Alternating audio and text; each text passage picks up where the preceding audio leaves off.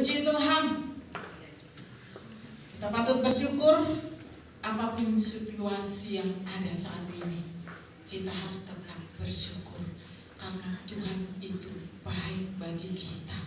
Haleluya. Jakarta kita baru 1 bulan buka ibadah, harus off lagi. Tetapi kita tetap percaya kalau kita mampu melewati pandemik yang pertama, berarti pandemik yang berikutnya ini pun kita pasti mampu melewatinya, tentunya bersama dengan Tuhan. Haleluya. Puji Tuhan, saudaraku yang dikasihi Tuhan. Mari kita belajar dari kebenaran firman Tuhan yang terdapat di dalam kitab Samuel pasal 1 Samuel pasal 17 ayat yang ke-40. Hanya satu ayat saja. 1 Samuel pasal 17 ayat yang ke-40. Ini suatu cerita yang sangat-sangat fenomenal dan pasti hampir semua orang Kristen tahu tentang cerita ini. Haleluya. Kita lihat di dalam kitab 1 Samuel pasal 17 ayat 40. Kita akan baca bersama-sama. 2, 3. Lalu Daud mengambil tongkatnya di tangannya, dipilihnya dari dasar sungai 5 batu yang licin dan ditaruhnya dalam kantung gembala yang dibawanya, yakni tempat batu-batu, sedang umbannya dipegangnya di tangannya. Demikianlah ia mendekati orang Filistin itu. Haleluya. Ini sebuah kisah Alkitab yang sangat legendaris ya.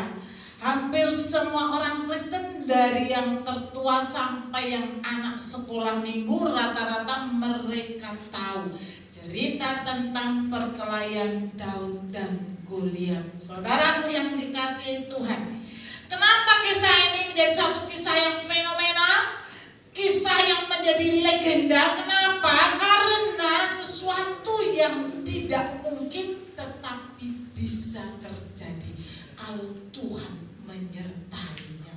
Saudaraku yang dikasihi Tuhan, Daud itu masih sangat muda ketika dia harus berperang dengan Goliat. Bahkan disebutkan wajahnya saja kemerah-merahan karena dia masih sangat-sangat muda. Dia polos lugu. Dia adalah orang yang tidak pernah diperhitungkan bahwa dia akan mampu merobohkan Goliat. Dia tidak pernah diperhitungkan. Bahkan seluruh rakyat, bahkan bangsa Israel, tidak ada satupun orang yang berani untuk melawan Goliat. Tetapi Daud, si anak muda yang masih kemerah-merahan ini, justru dia mempunyai keberanian yang ekstra untuk berperang melawan Goliat.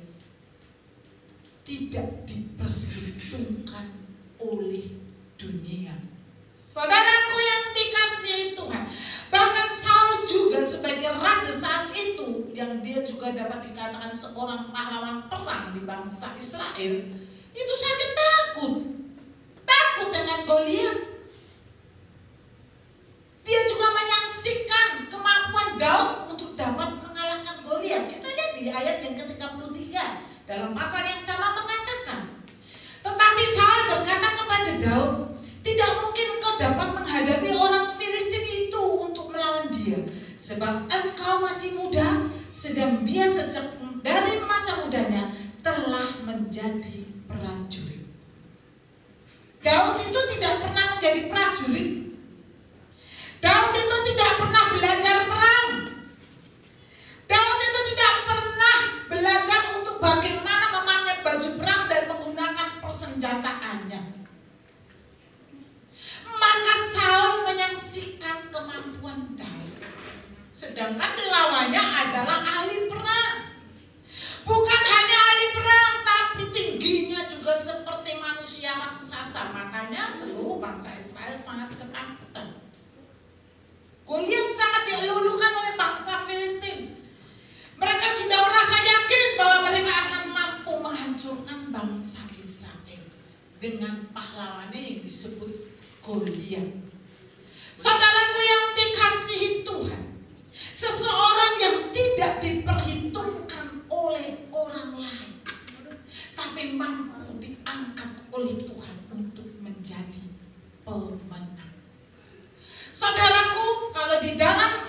dalam istilah dunia olahraga itu ada yang namanya istilah underdog. Apa itu?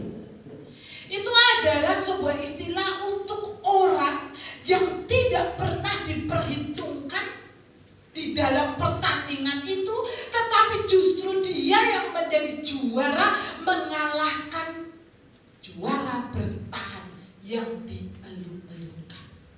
Dia tidak diperhitungkan. Dianggap dia kecil, tidak mempunyai kemampuan.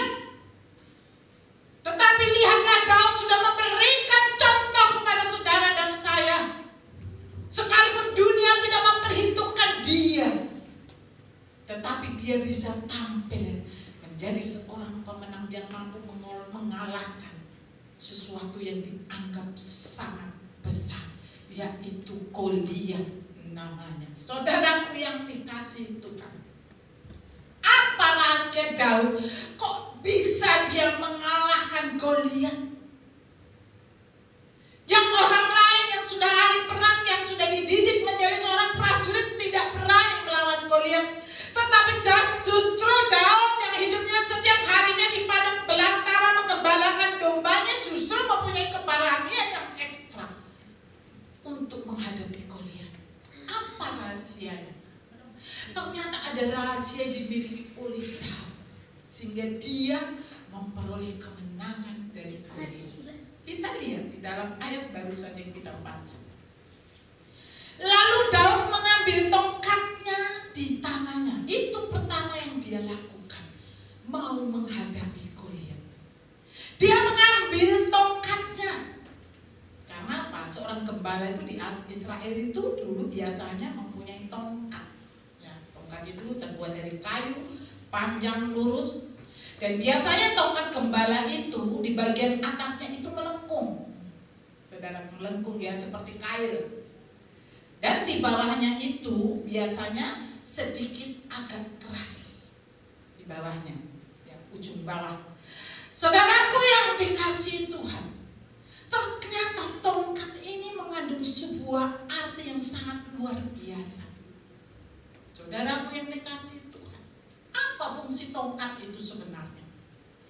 Saudaraku yang dikasihi Tuhan, ketika seekor domba terperosok, entah itu di sungai, entah itu di jurang, entah itu di saluran air, maka tongkat ini yang bagian atasnya yang berbentuk kail ini berfungsi untuk menarik domba itu, mengeluarkan, membebaskan domba itu dari keterperosokannya.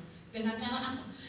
Yang berbentuk lengkungan seperti kail itu dikaitkan kepada leher dombanya dan lalu diangkat supaya dia kembali kepada gembala. Itu yang pertama. Fungsi tongkat yang kedua adalah bagian bawahnya itu sedikit agak keras. Apa gunanya, saudaraku yang dikasihi Tuhan? Ketika domba ini ada salah satu atau dua domba ini yang berusaha menyimpang dari jalan, yang tidak lagi sealur dengan rombongannya, maka tongkat yang di bagian bawah itulah yang akan memukul pantat atau badan daripada domba itu. Tuk, tuk, supaya apa?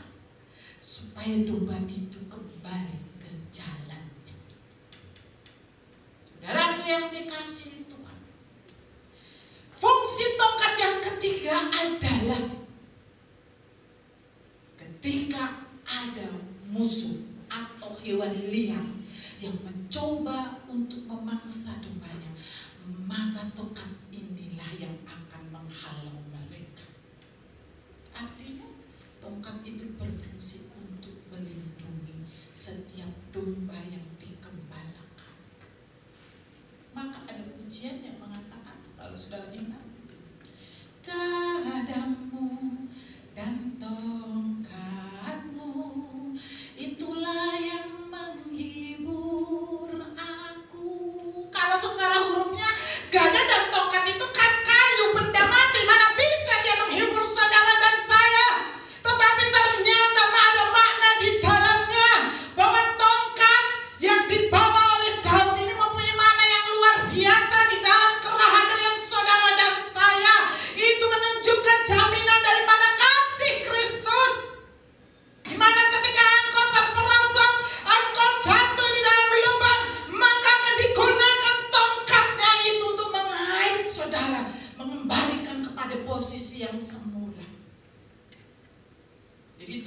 adalah gambaran daripada jaminan kasih Kristus bagi setiap domba gembalaannya.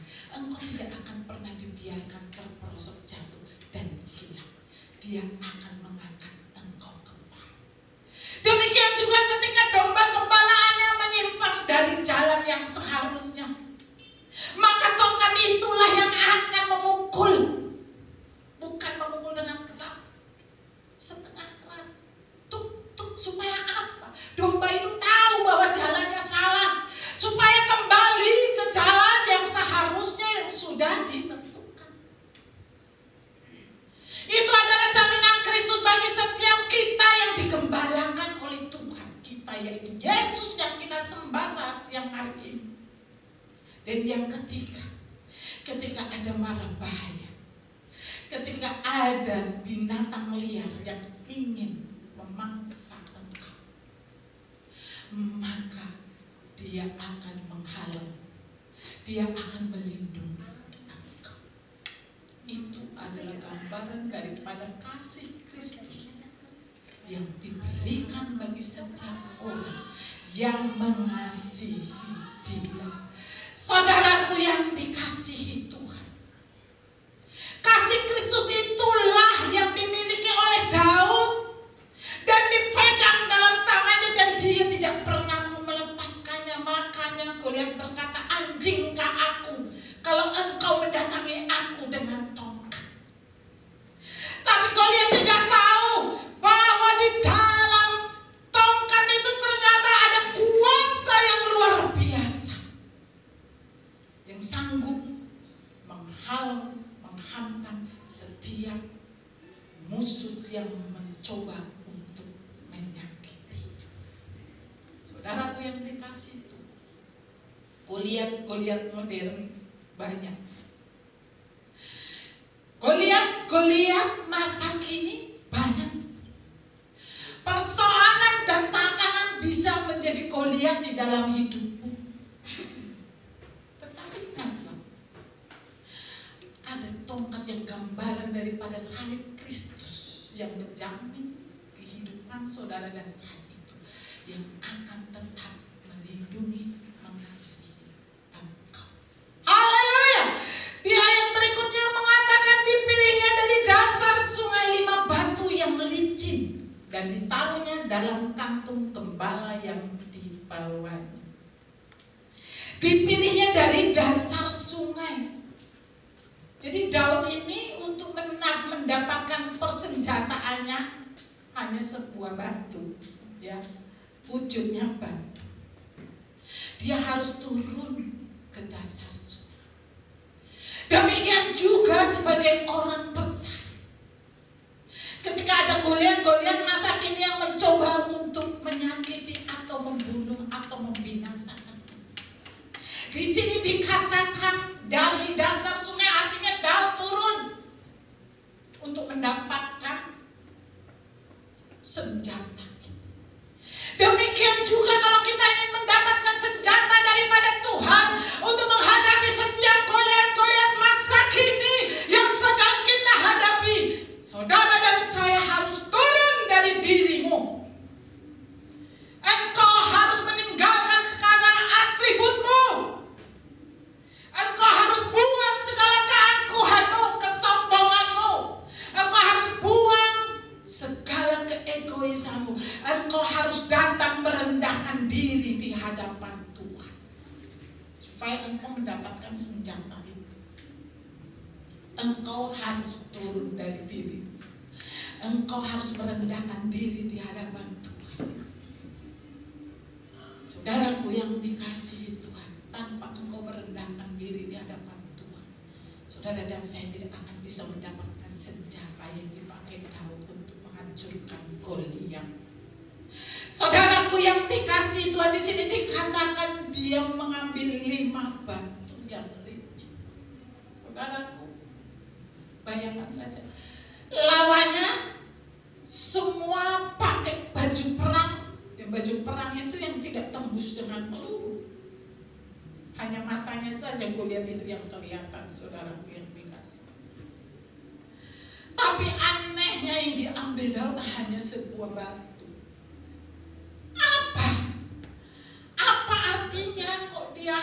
mengambil 5 batu.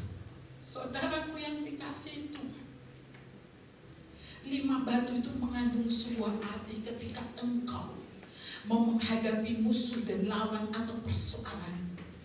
Ketika engkau merendahkan diri di hadapan Tuhan, engkau harus mengambil persenjataan ini, yaitu yang pertama adalah doa. Doa harus ada di dalam dirimu untuk mengalahkan musuhmu. Di dalam kitab Matius pasal 21 ayat yang ke-13a. Dan berkata kepada mereka, ada tertulis, rumahku akan disebut rumah doa. Haleluya. Rumahku akan disebut dengan rumah doa. Rumah Tuhan itu siapa? Saya pernah katakan bahkan rumah Tuhan itu bukan gedung gereja, bukan gedung yang mewah, tetapi rumah Tuhan adalah saudara dan saya. Saudaralah bait Allahnya Tuhan, sayalah bait Allahnya Tuhan. Di sini dikatakan rumahku harusnya menjadi rumah doa. Diri saudara dan saya ini harus menjadi rumah doa, yang artinya setiap hari ada doa yang kita naikkan, ada doa yang kita panjatkan, ada doa yang menjadi ucapan syukur kita kepada Tuhan. Itu yang pertama. Saudaraku yang dikasih Tuhan, minggu kemarin kita sudah belajar tentang doa. Ternyata doa mempunyai kemampuan untuk menghancurkan setan, menghancurkan iblis. Saudara tidak punya senjata apa-apa. Setan iblis itu kan gak kelihatan. Saudaraku, Pada mulanya adalah firman, firman itu bersama-sama dengan Allah, dan firman itu adalah Allah. haleluya. Engkau harus memiliki firman. Karena firman ini bukan hanya sekedar bacaan, firman bukan hanya sekedar tulisan, tetapi firman ternyata adalah Allah sendiri. Yang artinya setiap firman yang ada di dalam Alkitab saudara ini merupakan Allah sendiri yang harus menjadi milik kita. Kita harus miliki firman dalam hidup kita, karena firman itu juga adalah sebuah senjata. Saudara mungkin bingung, kok firman bisa menjadi senjata? Ada sebuah kesaksian saudaraku yang dikasih Tuhan. Ada seorang hamba Tuhan besar. Dia melayani di luar negeri, di luar dari negerinya. Dan negeri yang dilayani ini adalah negeri yang masih menyembah dengan dewa-dewa atau berhala. Saudaraku, ketika besoknya dia akan mengadakan KKR itu, malamnya dia diserang oleh iblis. Dia diserang oleh iblis, dicekik, pokoknya semalaman mereka berkelahi. Iblis berkata, engkau harus menyembah aku dan engkau harus mengikuti perintahku. Karena iblis tidak ingin negara itu dilawat oleh Tuhan. Terus hamba Tuhan ini berdoa loh, berdoa dalam nama Yesus keluar kau, dalam nama Yesus aku hancurkan. Tetapi iblisnya itu gak keluar-keluar. Iblisnya terus menyerang. Lalu ingatlah hamba Tuhan itu tentang sebuah ayat firman yang mengatakan, enyahlah engkau iblis, karena ada tertulis, engkau harus menyembah Tuhan Allahmu, dan hanya kepada Dia engkau harus berbakti. Saudaraku yang dikasih Tuhan, ketika dikatakan firman itu kan firman. Ketika Tuhan Yesus dicobai di padang gurun, iblis itu terlempar, langsung lari. Saudaraku yang dikasih Tuhan, berarti setiap ayat firman yang ada di dalam Alkitab saudara ini adalah senjata. Ketika engkau menghadapi persoalan yang benar-benar engkau tidak mampu, katakan sesuai dengan firman Tuhan.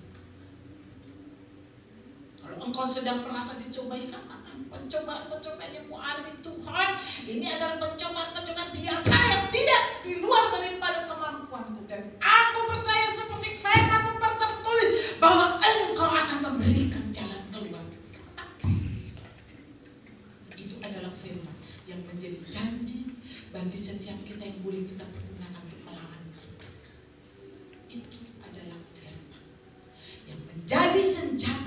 saudara dan saya mengalahkan setan. Di situ lari. Dan besoknya hamba Tuhan itu melayani Tuhan dan lawatan Tuhan luar biasa. Banyak yang bertobat dan diselamatkan. Haleluya. Saudaraku yang dikasih Tuhan, yang ketiga adalah kuasa. Saudara harus memiliki kuasa daripada Tuhan. Kuasa apa? Kita kan manusia biasa. Tapi kuasa itu bisa diberikan oleh Tuhan kepada saudara dan saya ketika engkau memiliki Yesus di dalam hidupmu. Kita lihat di dalam kitab Yohanes 1 ayat yang ke-12.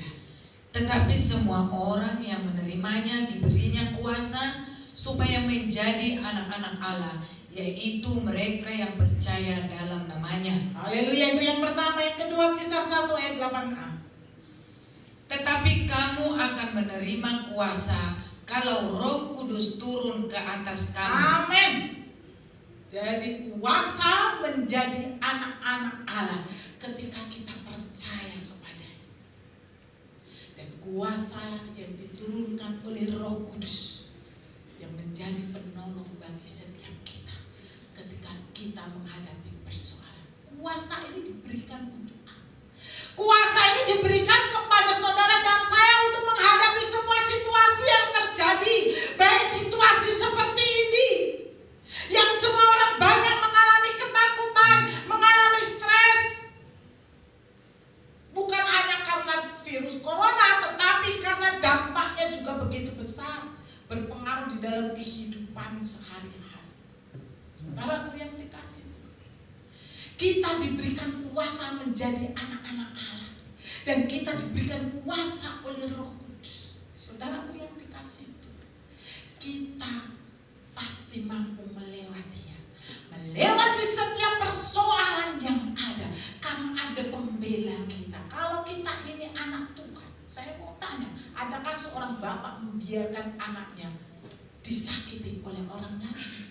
Tidak akan mungkin. Mungkinkah seorang bapak membiarkan anaknya itu dibinasakan oleh orang? Tidak akan mungkin. Dan Roh Kuduslah yang menjadi penolong bagi saudara dan saya untuk menghadapi setiap situasi yang terjadi saat ini. Maka saya katakan, kalau gelombang pertama aja sudah kita lewati, kita tidak perlu takut. Ada tangan Tuhan yang sanggup melewatkan engkau juga untuk dapat melalui apapun situasinya saat ini. Haleluya. Saudaraku yang dikasihi Tuhan, yang keempat, kita harus mempunyai iman. Jangan punya Yesus tetapi tidak punya iman. Kita harus mempunyai iman. Iman itu apa? Kita lihat di dalam Ibrani pasal 11 ayat 1. Iman adalah dasar dari segala sesuatu yang kita harapkan dan bukti dari segala sesuatu yang tidak kita lihat. Haleluya. Iman itu artinya percaya penuh dengan penuh keyakinan. Percaya dengan penuh keyakinan itu enggak mudah, saudaraku yang dikasih Tuhan. Bukankah kita bilang percaya ketika kita berdoa tetapi masih tetap ada keraguan. Tuhan mau kita menjadi orang yang mempunyai iman. Mengimani sesuatu itu artinya apa? Kita belum melihat hasil. Kita belum melihat buah yang kita doakan. Tetapi kita mengimaninya ketika kita berdoa. Firman Tuhan berkata, sesuai dengan imanmu jadilah padamu. Artinya waktu kita berdoa kan belum terjadi apa yang kita harapkan. Tetapi ketika kita berdoa dengan penuh keyakinan, cepat atau lambat pasti dijawab oleh Tuhan. Apapun yang menjadi keperluan, kebutuhan, Tuhan menyanggupinya. Karena sesuai dengan imanmu jadilah padamu. Itu adalah firman. Haleluya. Tetapi ingatlah satu hal yang ingin saya sampaikan. Saudara mempunyai iman harus mempunyai perbuatan. Aplikasi dari iman saudara. Jadi saudara punya iman harus disertai perbuatan. Karena iman tanpa perbuatan itu adalah nol. Nol besar. Banyak orang berkata Oh, saya mengimani, saya percaya bahwa Yesus Kristus itu adalah Tuhan, Juru Selamat saya, dan saya sudah selamat. Saudaraku yang dikasihi Tuhan, imanmu bagus. Tapi saya mau tanya, pernahkah engkau mengaplikasikan imanmu dengan perbuatan? Jangan hanya berkata percaya kepada Tuhan, jangan hanya percaya bahwa Yesus itu Juru Selamat, tetapi engkau juga harus bertindak. Engkau mempertahankan keselamatan yang diberikan oleh Tuhan. Bukan berarti ketika engkau mengimani Yesus itu Juru Selamat, terus engkau selamat tanpa engkau melakukan setiap praktek imanmu. Saudaraku yang dikasihi Tuhan, jangan salah. Banyak orang berkata mengimani tetapi prakteknya nggak ada. Maka apa kata Tuhan? Banyak orang yang manggil Tuhan, Tuhan. Pada akhir zaman nanti, aku sudah melakukan mujizat, aku sudah bernubuat. Tapi apa kata Tuhan? Aku tidak mengenal engkau. Kenapa? Karena mereka hanya beriman, hanya percaya, tetapi tidak mempraktekkan percayanya melalui perbuatannya. Saudaraku yang dikasihi Tuhan, oleh karena kita harus menjadi orang Kristen yang beriman, tapi juga orang Kristen yang mengaplikasikan iman kita dengan perbuatan. Jangan dong kita mengimani Tuhan Yesus, percaya kepada Tuhan Yesus, tetapi jalan kita di luar Yesus. Sudah salah. Kalau kita mengimani dan percaya kepada Yesus, berarti kita harus ikut jalannya. Di mana dia berjalan, di mana dia bergerak, kita ikuti. Itu namanya itu percaya. Kalau saudara hanya mengatakan mulut kita percaya, tetapi ternyata kita jalan semuanya sendiri, menyimpang daripada jalan Tuhan, tentunya itu bukan orang yang percaya. Haleluya. Saudaraku yang dikasihi Tuhan, ternyata ketika Daud menghadapi Goliat, dia tidak sendiri. Haleluya. Di dalam ayat 45 mengatakan, tetapi Daud berkata kepada orang Filistin itu, engkau mendatangi aku dengan pedang dan tombak dan lembing, tetapi aku mendatangi engkau dengan nama Tuhan semesta alam, Allah segala barisan Israel yang kau tantang itu. Saudaraku yang dikasihi itu, pede banget Daud itu ya. Pede banget. Tuhan itu kan gak kelihatan ya. Dan perlengkapan senjatanya pun hanya batunya, bukan perlengkapan yang canggih, contohnya pistol. Dulu kan gak ada. Hanya batu dan umban yang dibawa.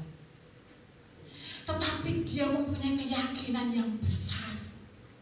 Ketika dia bersama dengan Tuhan, dia mampu mengalahkan musuh sebesar apapun. Maka Daud mampu fight, berjalan ke medan pertempuran menghadapi orang Filistin. Bangsa Israel udah ketar-ketir, kejut hatinya. Bisa nggak Daud yang kecil mungil itu menghadapi Goliat yang raksasa itu?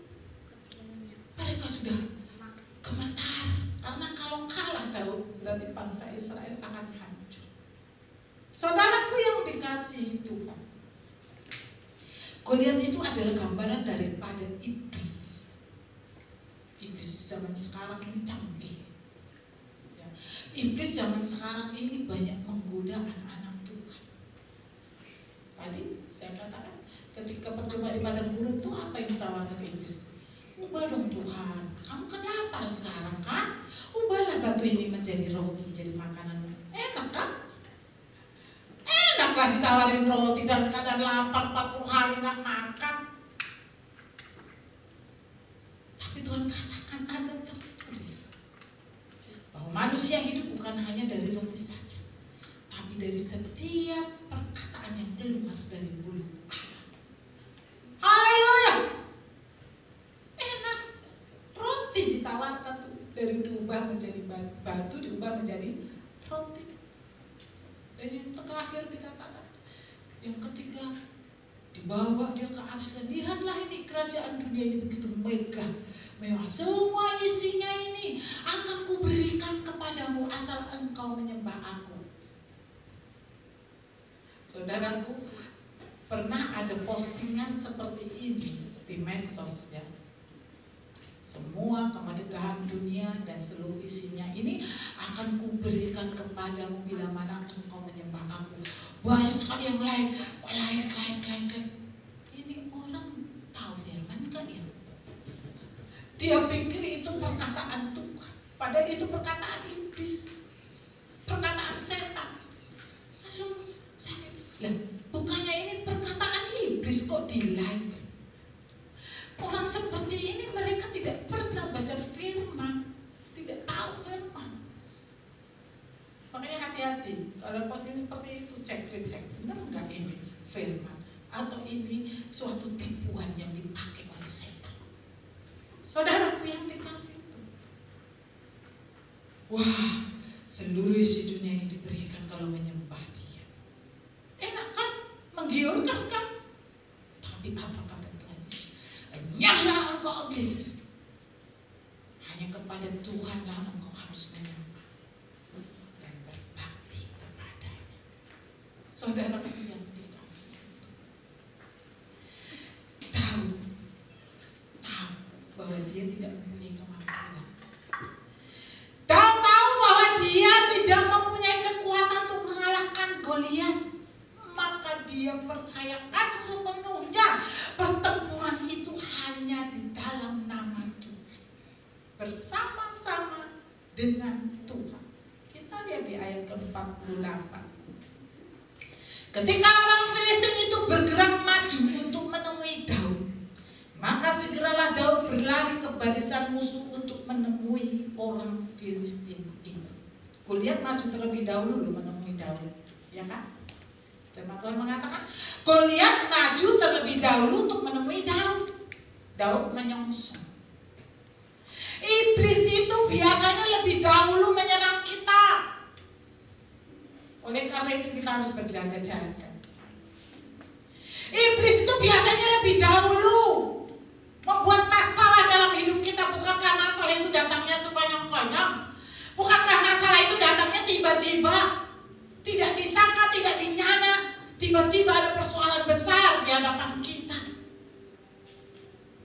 Itu memang pekerjaan iblis. Tapi ingat, ketika ada persoalan dan masalahmu, jangan engkau lari. Lihatlah Daud. Dia lari tapi bukan lari melarikan diri, tetapi lari untuk menemui Goliat. Dia siap menghadapi Goliat hanya dengan senjata batu dan umpan. Saudaraku yang dikasihi Tuhan, di ayat 49 mengatakan, lalu Daud memasukkan tangannya dalam kantungnya, diambillah sebuah batu dari dalamnya, diumbanya, maka kenalah dahi orang Filistin itu sehingga batu itu terbenam ke dalam dahinya dan terjerumuslah ia dengan mukanya ke tanah. Strategi Daud luar biasa. Strategi Daud luar biasa. Kenapa? Dia tidak menunggu Goliat menyerang. Jadi ketika dia lari menemui Goliat itu, dia sudah mempersiapkan diri. Tangannya sudah mengambil batu itu dan dimasukkan di dalam umbannya. Dia tidak mau kalah saing. Dia mempunyai strategi yang sangat canggih. Dia hancurkan lebih dahulu daripada dia didahului diserang. Kalau dia didahului serang dengan tombaknya, kan namanya dia sudah menjadi prajurit yang terlatih, pasti Daud bisa kena. Tetapi Daud mempunyai strategi yang luar biasa. Diambilnya langsung umbannya itulah, diputar-putar di kepalanya, akhirnya batu itu terlempar mengenai persis di dahinya yang terbuka. Bukankah Goliat itu semuanya tertutup dengan besi, tetapi sasaran yang tepat, batu itu masuk menghujam dahinya dan membuat Goliat roboh. Saudara tahu umban itu apa? Kalau orang di sini berkata ketapel ya, tapi ketika saya pelajari, umban di Israel itu tidak seperti ketapel kita. Kalau ketapel kita itu kan kayu bercabang dua gini, terus batu taruh sini, baru kita arahkan ke mana sasaran kita, kan gitu ya. Itu kan lebih mudah ya dipakainya. Contohnya arah kita mau kemana. Nah itulah yang kita lepaskan batu itu mengarah ke tempat itu. Kalau umban itu tidak seperti itu ternyata. Umban itu seperti tali dua, ya saudaraku, tali dua, dan di tengah-tengahnya ini ada seperti sebuah kantong untuk tempat batu. Ya. Saudara beli kantongnya itu bisa terbuka, ya, terbuka. Jadi umban itu satu talinya diikat di tangannya, dan satu talinya lagi dipegang oleh jarinya. Jadi diikat ya. Yang satu itu diikat, contohnya diikat di pergelangan tangannya, dan yang satunya dipegangnya. Dan cara memakainya pun diputar-putar, saudaraku. Diputar-putar di atas kepalanya. Semakin putarannya semakin tinggi, semakin cepat, maka hantamannya semakin dahsyat. Dan itulah yang dilakukan. Yang saya nggak habis pikir. Ini kan diputar-putar terus. Ketika dia mau melemparkan batu ini, saudaraku, caranya hanya melepaskan talinya yang dipegangnya. Tadi kan ada talinya satu dipegang oleh jarinya kan. Itu dilepaskan, maka batu itu akan terlempar walaupun jaraknya cukup jauh. Saudaraku yang dikasih Tuhan, kalau saya pikir itu sangat rumit. Sangat rumit, bagaimana dia putar-putar terus kencang-kencangnya, terus dia lepaskan. Kok bisa sampai tepat sasaran? Bayangkan saja. Kok gak meleset ke kanan atau ke kiri? Kok dia tahu tempat sasarannya itu ke dahinya Goliat, padahal ini kan diputar-putar. Kalau ketapel kita kan kita arahkan tepat kepada sasaran. Ini kan gak bisa. Dia putar-putar semakin kencang ini putarannya, semakin dahsyat hantamannya. Ketika dia sudah melepaskan tangannya, tali satu dari tangannya, maka batu itu terlempar dengan kuat dan tepat mengenai sasarannya, yaitu pas di tengah-tengah dahi Goliat yang terbuka. Haleluya! Saya mau tanya, begitu sulit sebenarnya itu. Itu sesuatu yang mustahil, sesuatu yang kita anggap sangat rumit untuk mengalahkan Goliat. Bagaimana mungkin dengan batu yang hanya diputar-putar, ketika dilemparkan kok bisa tepat? Tapi bagi Tuhan tidak ada yang mustahil. Untuk menyelamatkan umatnya, dia lakukan perkara yang di luar nalar dan pikiran manusia. Dia kerjakan untuk menyelamatkan bangsa yang dikasihi. Goliat roboh. Goliat roboh hanya dengan sebuah batu. Saudaraku yang dikasih itu, bukan batu itu yang menghancurkan Goliat, tapi ada di dalam diri Daud sesuatu yang luar biasa.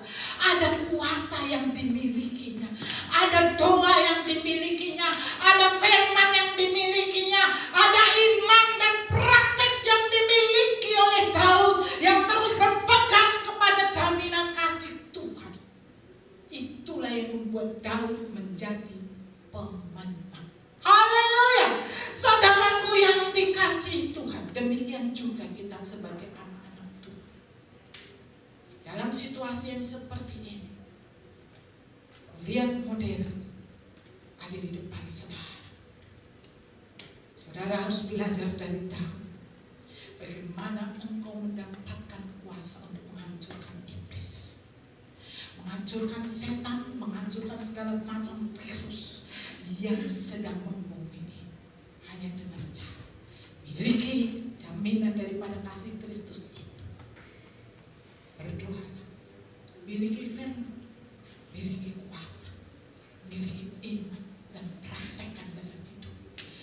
Engkau pasti muncul sebagai pemenang, sekalipun orang tidak pernah memperhitungkan engkau. Tapi percayalah, ketika Tuhan ada bersama-sama dengan engkau, Dia akan membuat engkau menjadi pemenang atas setiap masalah persoalan yang ada yang menyerang dalam hidupmu. Saudaraku yang dikasihi Tuhan, kuncinya jangan pernah lengah. Jangan pernah lengah. Lihatlah tadi Daud strateginya. Dia duluan menyerang iblis. Dia duluan menyerang Goliat. Kita juga harus begitu. Maka setiap hari tadi dikatakan engkau adalah harus menjadi rumah doaku. Setiap hari harus ada doa. Setiap hari kita harus menghancurkan iblis sebelum dia menyerang kita. Maka iblis kita hancurkan sehingga ketika persoalan itu datang, kita sudah mempunyai senjata untuk menghancurkannya. Jadi jangan pernah lengah. Ingat, berdoa, hancurkan iblis setiap hari supaya iblis tidak akan pernah membinasakan engkau. Firman Tuhan minggu kemarin berkata, iblis itu bagikan singa yang mengaum, yang mencari celah untuk menelan mangsanya. Singa itu kalau mau menangkap mangsanya emang ribut? Enggak. Justru dia akan berjalan pelan-pelan. Dia mengendap-endap, mencari waktu yang tepat, di mana mangsanya lemah, dia langsung lompat, kejar, dan membinasakan lawannya. Karena itu saat siang hari ini, jangan pernah lengah. Situasi apapun yang kau hadapi, tetap percayalah. Kalau Daud yang masih muda dan kemerahan itu mampu mengalahkan Goliat, saudara dan saya pun mampu mengalahkan iblis sebesar apapun, persoalan sebesar apapun. Bila